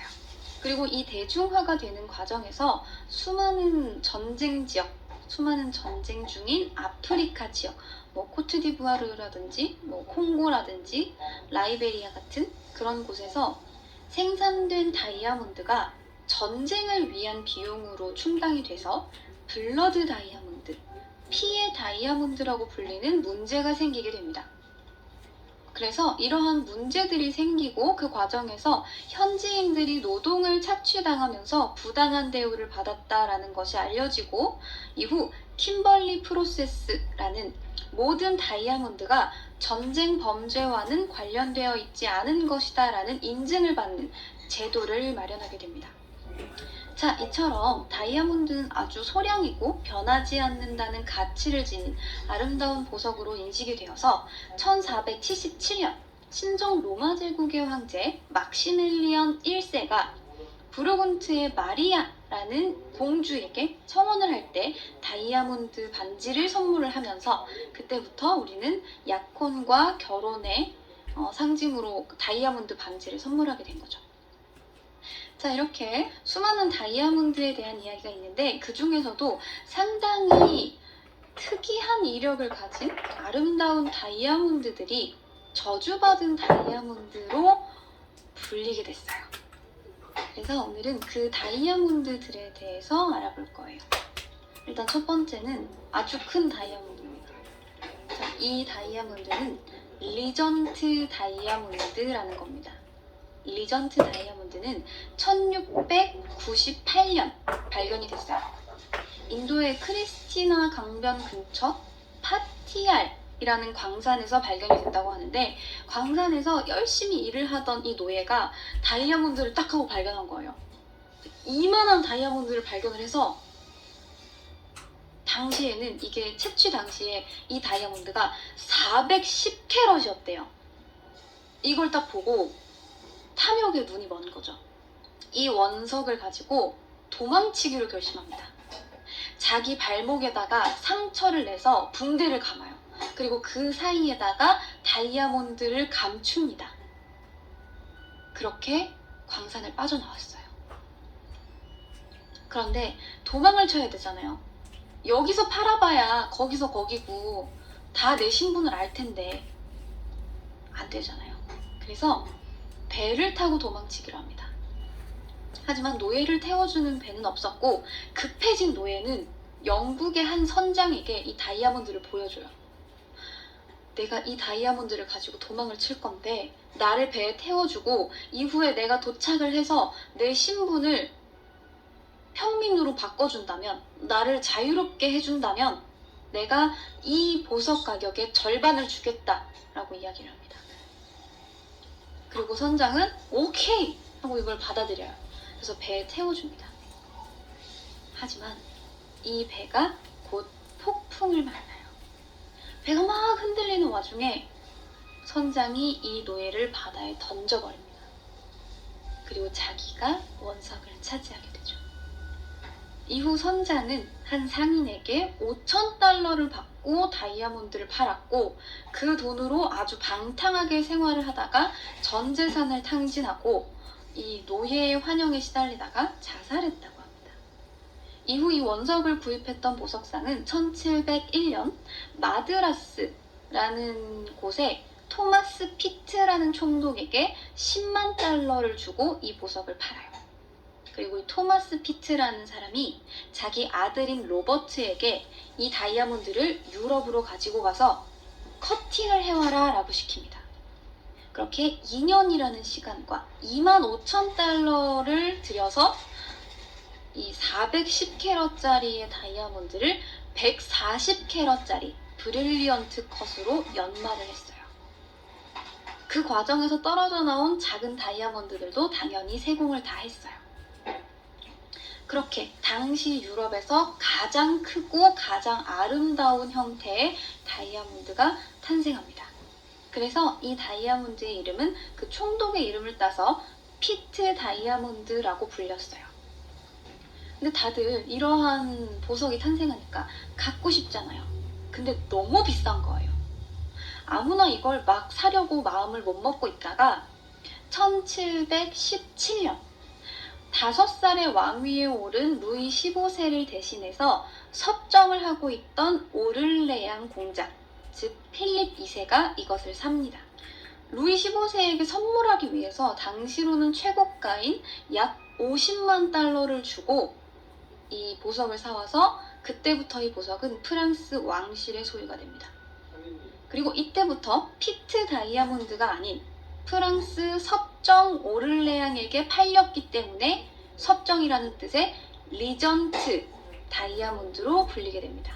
섭정의 다이아몬드라는 뜻인 거죠. 그렇게 리전트 다이아몬드가 돼서 1722년 루이 15세의 대관식 왕관 밴드 바로 위 정면에 떡하니 박힙니다. 얼마나 위험이 있었겠어요. 이후 루이 15세의 왕비가 이 리전트 다이아몬드를 이용해서 머리 장식품으로 사용하기도 하고 루이 16세가 왕관 장식용으로 이걸 쓰기도 하며 마리 앙투아네트 역시 이 리전트 다이아몬드로 만든 검은 벨벳 모자를 착용했었다고 합니다. 자, 이렇게 프랑스 왕실의 소유로 다들 잘 돌려 쓰고 있다가 프랑스 혁명이 발발해서 다들 불행한 최후를 맞이하게 되죠. 그리고 1792년 프랑스 왕실 제보 도난 사건이 있었어요. 그때 프랑스 왕실의 거의 모든 보석이 다 도난당한 사건이에요. 그래서 이때 이 리전트 다이아몬드 역시 사라졌다가 다시 발견이 됩니다. 그리고 프랑스 혁명 이후로 정권을 잡은 이 정부가 전쟁에 필요한 자금을 충당하기 위해서 베를린의 한 은행가에게 담보를 주고 400만 프랑을 빌렸고 1년 뒤에 다시 이 빚을 청산하고 찾아왔으나 또다시 네덜란드 은행가에게 담보 잡히게 됩니다. 이후 1800년 나폴레옹이 담보금을 다시 지급을 하고 이 리전트 다이아몬드를 찾아왔고 그때 나폴레옹의 칼자루에 이 리전트 다이아몬드가 장식됩니다. 자, 이렇게 나폴레옹의 칼자루에 장식이 되었는데 다들 이 나폴레옹의 결말은 아실 거예요. 세인트 헬레나 섬에 유배가 됐다가 병사하죠. 뭐 여기서는 암살이다 아니다로 말이 많지만 어쨌든 좀 불행한 최후를 맞이했다라는 거죠. 이후에 1887년부터 현재까지 이 리전트 다이아몬드는 국보로 지정이 돼서 프랑스 루브르 박물관에 전시가 되어 있습니다. 이게 이제 저주받은 다이아몬드 중 첫 번째인 리전트 다이아몬드입니다. 근데 뭐 생각보다는 그렇게 뭐 누가 크게 다쳤다거나 죽었다거나 그런 건 또 아닌 것 같아요. 그죠? 제 생각에는 그냥 되게 아름답고 크고 상징적인 것들이 프랑스 왕실을 전해 내려오다가 저주받았다는 이유로 혹은 크고 아름답다는 이유로 그냥 그렇게 불린 것 같아요. 이력이 있는 다이아몬드, 과거가 확인되는 다이아몬드 같은 것들. 그래서 이후에 알려주는 다이아몬드들도 사실 그렇게 저게 저주받은 거야 라는 생각은 딱히 들지 않아요. 그냥 아름다운 보석이다 정도? 자, 그 다음 이야기할 두 번째 저주받은 다이아몬드는 피렌체 다이아몬드로 불립니다. 발견 시기는 아주 확실치 않지만 인도에서 처음 발견이 되었다고 알려져 있어요. 약간의 옅은 초록빛을 띠는 되게 맑은 노란색이고 방패형 모양으로 137캐럿 정도 된다고 합니다. 황금색에 가까운 노란색을 가지고 있어서 매우 희귀하고 가치 있는 비싼 다이아몬드였는데 이 다이아몬드가 14세기에 포르투갈 군대에게 빼앗겨서 유럽으로 넘어오게 되고 이후 이 다이아몬드가 이탈리아 북부의 토스카나 대공에게 판매가 되었다가 곧 이 피렌체 공화국과 토스카나 공국의 지배자로 알려져 있던 메디치 가문의 소유가 돼요. 그리고 이 메디치 가문의 프란츠 스테판과 유럽의 합스부르크가 마리아 테레지아가 결혼을 하면서 마리아 테레지아 손에 들어오게 되는 거죠. 누군지 아시죠? 유럽의 장모라고 불리는 그 합스부르크가의 마리아 테레지아입니다. 이 마리아 테레지아는 정말 이 피렌체 다이아몬드를 갖고 싶어 했대요. 그래서 이 다이아몬드를 남편의 고향인 피렌체에서 가져왔다라는 이유로 그때부터 피렌체 다이아몬드라고 불렀다고 합니다. 그래서 원래는 이 피렌체 다이아몬드가 황제의 왕관으로 장식이 계속 되었었다고 하는데 1770년에 마리아 테레지아의 딸 안토니아가 결혼할 당시 혼수품으로 이걸 넘겨준 거죠. 그리고 이 안토니아가 파리로 넘어와서 마리 앙뚜아네트가 되어 그때부터 프랑스 왕실 소유가 됩니다. 자, 그리고 또다시 프랑스 혁명이 일어납니다. 마리 앙뚜아네트가 또 처형이 됩니다. 그리고 1809년 나폴레옹의 부인이었던 마리 루이즈의 소유가 되었는데 나폴레옹이 사망하고 그녀 역시 1847년 사망합니다. 그 이후에 이 오스트리아 헝가리 제국의 황제 프란츠 요제프의 아내 엘리자베스 CC 황후라고 불리는 그녀의 목걸이에 장식이 되었는데 우리 불쌍한 CC 황후는 거식증에 걸렸다가 또 시댁에 시달렸다가 불행했다가 1898년 스위스 제네바에서 무정부주의자의 칼에 찔려 사망하게 됩니다. 이후 이 다이아몬드는 오스트리아 헝가리 제국의 금고에 보관이 되어 있었는데 이 헝가리 제국의 황태자가 사라예보 사건이 터져서 암살이 되었고 제1차 세계대전이 발발했고 1918년 오스트리아 빈 박물관에 보관이 되어 있다가 갑자기 사라지게 됩니다. 그리고 1922년에는 오스트리아 제국이 멸망했죠. 물론 여기에 대해서는 되게 말이 많아요. 이 오스트리아 제국의 마지막 황후인 치타 황후가 오랫동안 보관을 하고 있었다. 혹은 뭐 카를 1세가 다이아몬드를 팔아서 자금을 모으려고 했다. 아니면 누군가가 이 다이아몬드를 빼돌려서 다시 세공을 해서 미국에 팔았다라는 소문도 있는데 밝혀진 바는 없어요. 그리고 1981년에 스위스의 한 경매장에서 약 80캐럿 정도의 담황색 다이아몬드가 발견이 되어서 이게 피렌체 다이아몬드가 아니냐라는 주장이 제기되긴 했지만 증거가 없어요. 그래서 이 저주받은 4대 다이아몬드 중에 유일하게 피렌체 다이아몬드만 사라진 상태예요. 자, 이렇게 두 번째 다이아몬드, 피렌체 다이아몬드까지 이야기를 했고요. 자, 다음 다이아몬드입니다. 세 번째 저주받은 다이아몬드입니다. 이 다이아몬드는 상시 다이아몬드라고 불려요. 이 상시 다이아몬드는 인도산으로 알려져 있어요. 약간 복숭아 씨앗 모양으로 생겼죠. 55캐럿짜리 다이아몬드예요. 근데 이 다이아몬드는 정확하게 어떻게 해서 어떻게 넘어갔고 누가 가지고 있었고 이게 없어요. 내용이 되게 복잡합니다. 그냥 떠돌아다니는 썰이 되게 많아요. 이 다이아몬드는 1605년 당시 소유주였던 니콜라스 할레이 세이그놀드 상시의 이름을 따서 상시 다이아몬드라고 불렸다고 합니다. 근데 이 사람이 1570년 터키에서 프랑스 대사로 활동을 할 때 콘스탄티노플에서 샀다고 하는데 정확한 건 알려진 바가 없어요. 하지만 어찌어찌해서 영국 왕실의 소유였다가 이 영국 왕실의 제임스 2세 때 1688년에 명예혁명에 의해서 그가 몰락하고 프랑스로 망명을 하게 되면서 이 다이아몬드가 또다시 프랑스 왕실의 소유가 됩니다. 결국 제임스 2세는 생제르맹에서 사망했고 이 상시 다이아몬드는 마리 앙뚜아네트의 소유가 됩니다. 모든 저주받은 보석은 마리 앙뚜아네트를 통해 갑니다. 자, 이 상시 다이아몬드는 마리 앙뚜아네트의 소유가 되었다가 또다시 그녀가 프랑스 혁명 때 단두대에서 사망하게 되고 이후 소유자들 역시 비극적인 결말을 맞이했다고 합니다.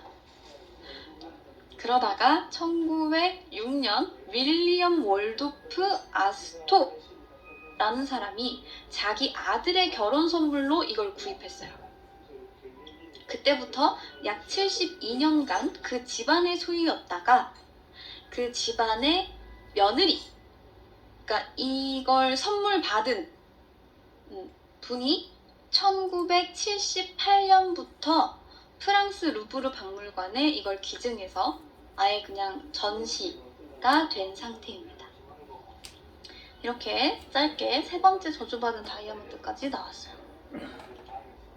자, 그리고 이제 마지막, 여러분들이 이제 저주받은 다이아몬드라고 하면 가장 먼저 생각날 그 보석, 네 번째 저주받은 다이아몬드, 일명 호프 다이아몬드입니다. 자, 이 호프 다이아몬드는 112.6캐럿입니다. 112.6캐럿의 펜시 블루 다이아몬드예요. 펜시 컬러라는 건 일반적인 무색의 다이아몬드, 혹은 갈색이나 황색, 약간 좀 누르스름한 혹은 회색의 색깔을 가지고 있는 다이아몬드를 제외하고 다이아몬드 그 자체로 아주 뚜렷한 색깔을 가지고 있는 다이아몬드를 펜시 컬러 다이아몬드라고 부릅니다. 이 다이아몬드도 아주 뚜렷하게 푸른색을 나타내고 있죠. 그래서 이것도 펜시 블루 컬러 다이아몬드입니다. 이 호프 다이아몬드 역시 인도에서 처음 발견됐다고 알려져 있어요. 농부가 이 다이아몬드를 한 힌두교가 숭배하는 여신상의 눈이나 혹은 이마 같은 곳에 장식되어 있던 걸 떼왔다는 설이 있어요. 그래서 이 보석을 뗀 이후에 신의 저주로 인해서 이 보석을 갖게 된 사람들이 불운과 죽음을 맞이한다라는 이야기가 전해 내려옵니다. 여신의 보석을 훔친 거니까요. 그래서 신의 저주를 받았다라는 이야기가 전해 내려옵니다. 자, 그래서 농부가 가지고 있던 이 보석은 프랑스의 보석상인 장 바티스트 타베르니에라는 사람이 구입을 해서 프랑스로 가지고 오게 됩니다. 그리고 이 112캐럿짜리 블루 다이아몬드를 태양왕 루이 14세에게 팔았죠. 자, 그럼 이 보석을 가지고 있었던 이 남자는 괜찮을까요? 보석을 판 뒤에 이 장 바티스트는 돈을 다 탕진하고 여행지에서 들깨에게 물려 죽었다고 합니다. 이후 보석을 구입한 루이 14세는 이것을 삼각형의 배 모양으로 세공해서 67캐럿짜리 다이아몬드로 만들었어요. 그리고 그때부터 프랑스 왕실의 소유가 된 거죠. 삼각형인데 배 모양이 뭐예요? 이게 다이아몬드 커팅 방법이에요.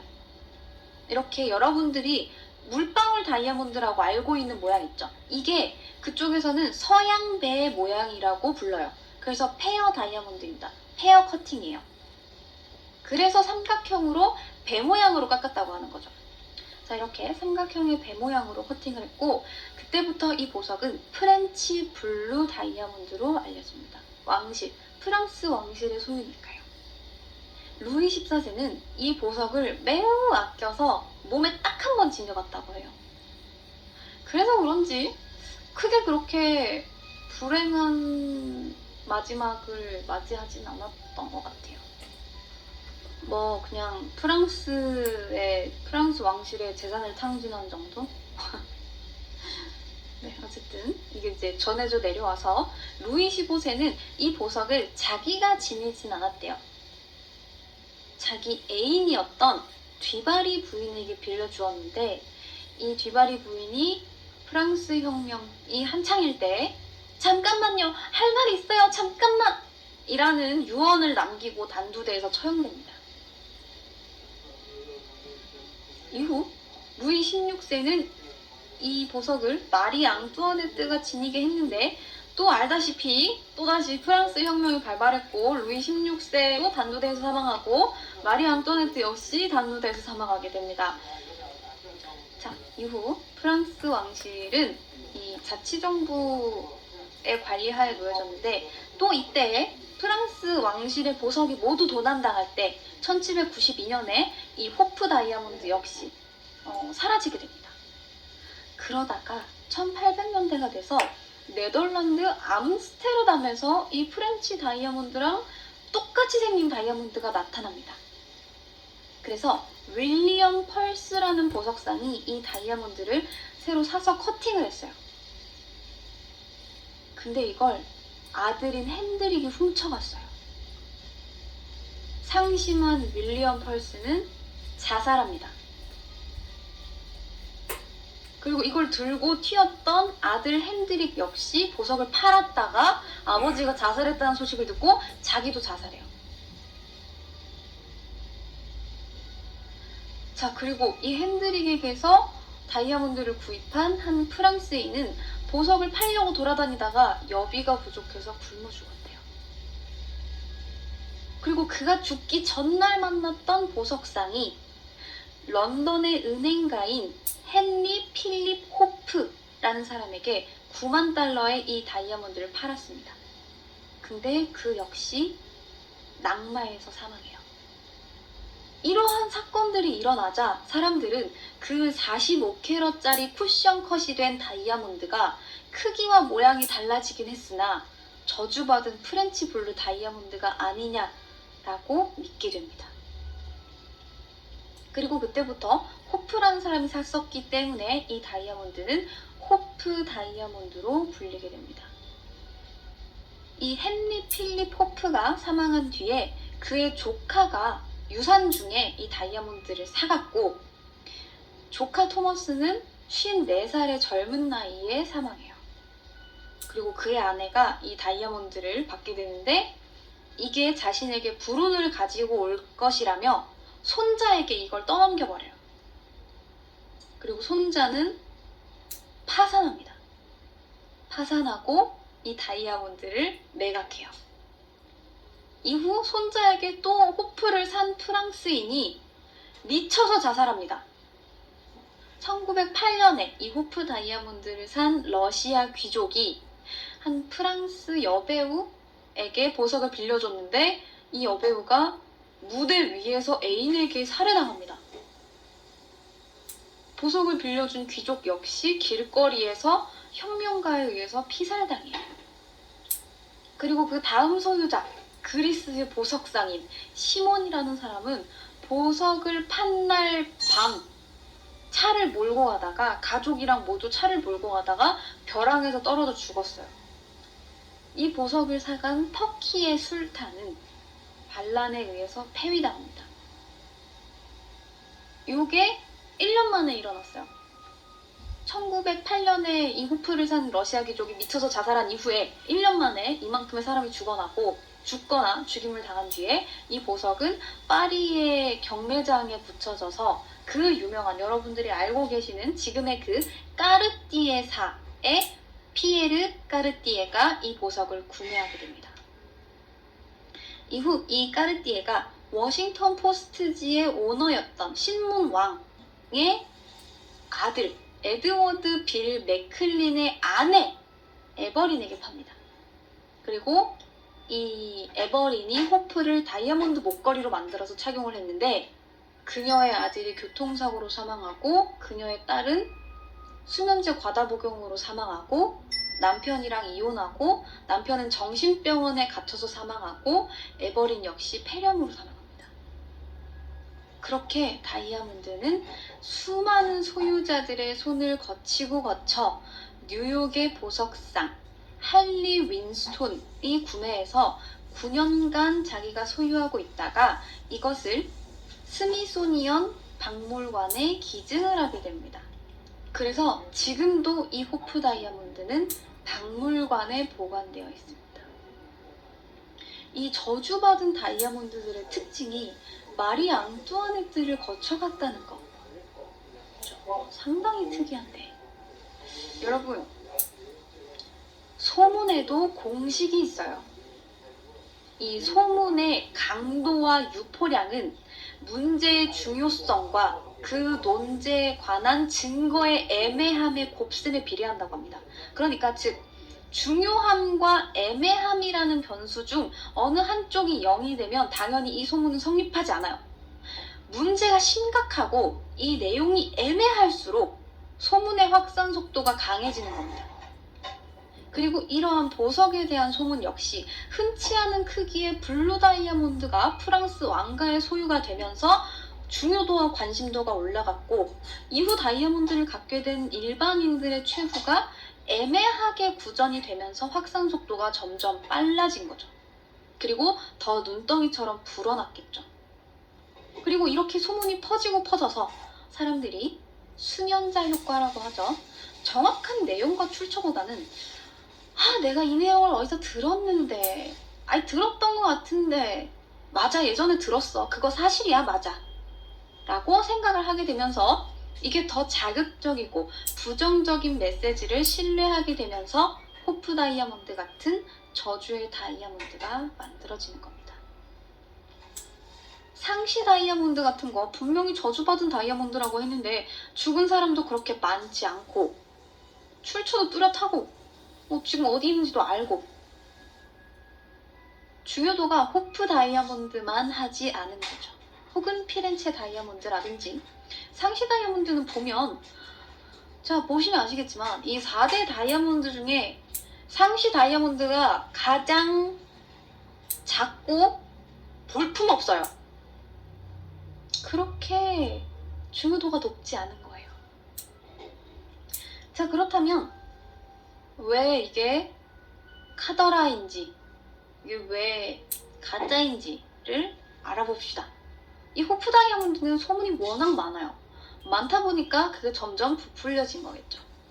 이 호프 다이아몬드의 원석은 인도의 전설적인 채굴지인 고르콘다에서 캐냈다고 합니다.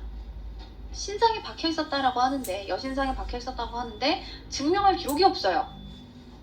그러니까 애초에 저주의 근거가 되는 여신의 저주라는 게 밝혀지지 않은 거죠. 그리고 이 호프 다이아몬드는 처음 가지고 있었던 소유자, 그 장 바티스트 타베르니에라는 사람의 이름을 따서 타베르니에 블루라고 불리고 있었어요.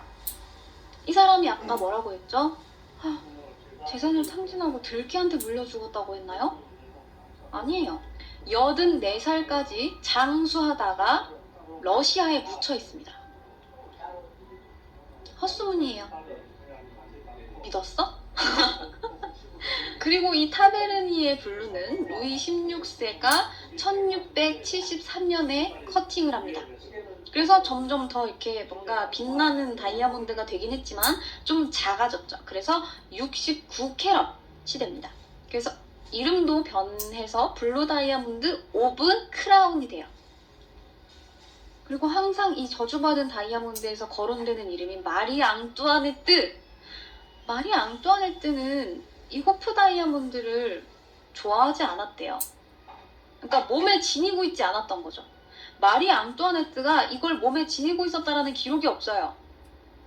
하지만 어쨌든 프랑스 왕실의 비극적인 결말을 보면 왕실 보석이니까 비극적인 결말이 아닐까요? 라고 생각할 수 있죠. 근데 그 보석상, 아빠랑 아들이랑 같이 자살했다는 그 보석상, 이 부자의 자살 기록도 남아있지 않아요. 그리고 어떤 사람이 굶어 죽었다, 뭐 살기 전날 굶어 죽었다 라고 했는데 죽은 때는 보석을 매각하고 난 이후라고 전해져요. 그러니까 보석을 팔고 나서 그 돈을 받고 굶어 죽었다고요? 확실해요? 자, 그리고 암스테르담에서 윌리엄 펄스의 손에 블루 다이아몬드는 또다시 커팅이 돼서 조금 더 작아졌어요. 그래서 이게 블루 다이아몬드 오브 크라운과 똑같은 보석인지 의문을 갖고 있는 사람들이 있어요. 그 다음 쭉쭉 가봅시다. 또 필립이 뭐 조카 토머스가 또 샀고 그 미방인을 거쳐서 호프 다이아몬드라고 불렸는데 이 헨리경이 파산을 하기는 했지만 이 사람이 원래 이 보석을 갖기 전부터 도박광이었대요. 도박을 너무 좋아했던 거지. 근데 이미 도박을 좋아하는 사람 손에 다이아몬드가 들어갔는데 이 사람이 다이아몬드를 가졌기 때문에 파산했다라고 볼 수 있나요? 그건 또 아니죠. 그리고 또 어디 뭐 무슨 터키의 술탄 어디 누가 가져갔다가 또 불행한 결말을 맞이했다라고 하는데 압둘 하미트 3세라고 해요. 근데 그 역시 사건이 확실하게 일어났다는 기록이 없어요. 이러한 사건이 일어나서 폐위가 되었다라는 기록이 없어요. 자, 근데 그러면 아니 지금 우리가 들은 얘기 그러면 다 뻥인 거잖아요. 아니 누가 이런 거짓말을 해요? 이러한 불길한 전설은 그 보석상 까르띠에가 만들어냈다라는 이야기가 있어요. 그의 고객이었던 신문왕의 며느리인 에버린이라는 부인이 불행을 초래하는 물건이 내게는 반대로 행운을 가져다 준다 라는 말을 했고 이 말을 들은 까르띠에가 아유 그래? 이 보석의 이력을 보자면 어디 보자 프랑스 왕실의 보석이었구만 걸려들었어 마리 앙뚜아네트를 끼워 넣고 그 다음에 가진 분들 어디 이름을 봅시다 하면서 과거를 날조해낸 거죠. 이야기를 만들어내야지 이 보석의 가치가 좀 더 올라가고 그 사려는 사람이 불행을 가져다 준다는 보석이 자기한테는 행운을 갖다 준다잖아요. 그러면 더 많은 불행 에피소드가 있을수록 더 좋아하지 않겠어요? 그래서 실제로 이 보석을 산 에버린 부인이 불행한 결말을 맞이하긴 했어요. 반대로 행운을 가져다 주지 않았고 정말 불행한 결말을 맞이하긴 했지만 결국 마지막까지 그 보석을 가지고 9년 동안 소유하고 있었던 사람은 또 멀쩡한걸요. 그래서 지금은 이런 호프 다이아몬드의 과거는 날조해낸 거다라는 이야기가 좀 더 정설로 받아들여지고 있습니다. 여러분들은 어때요? 저주받은 다이아몬드라고 믿고 싶나요? 자, 이렇게 오늘의 이야기, 저주받은 4대 다이아몬드 이야기는 여기까지 하도록 하겠습니다.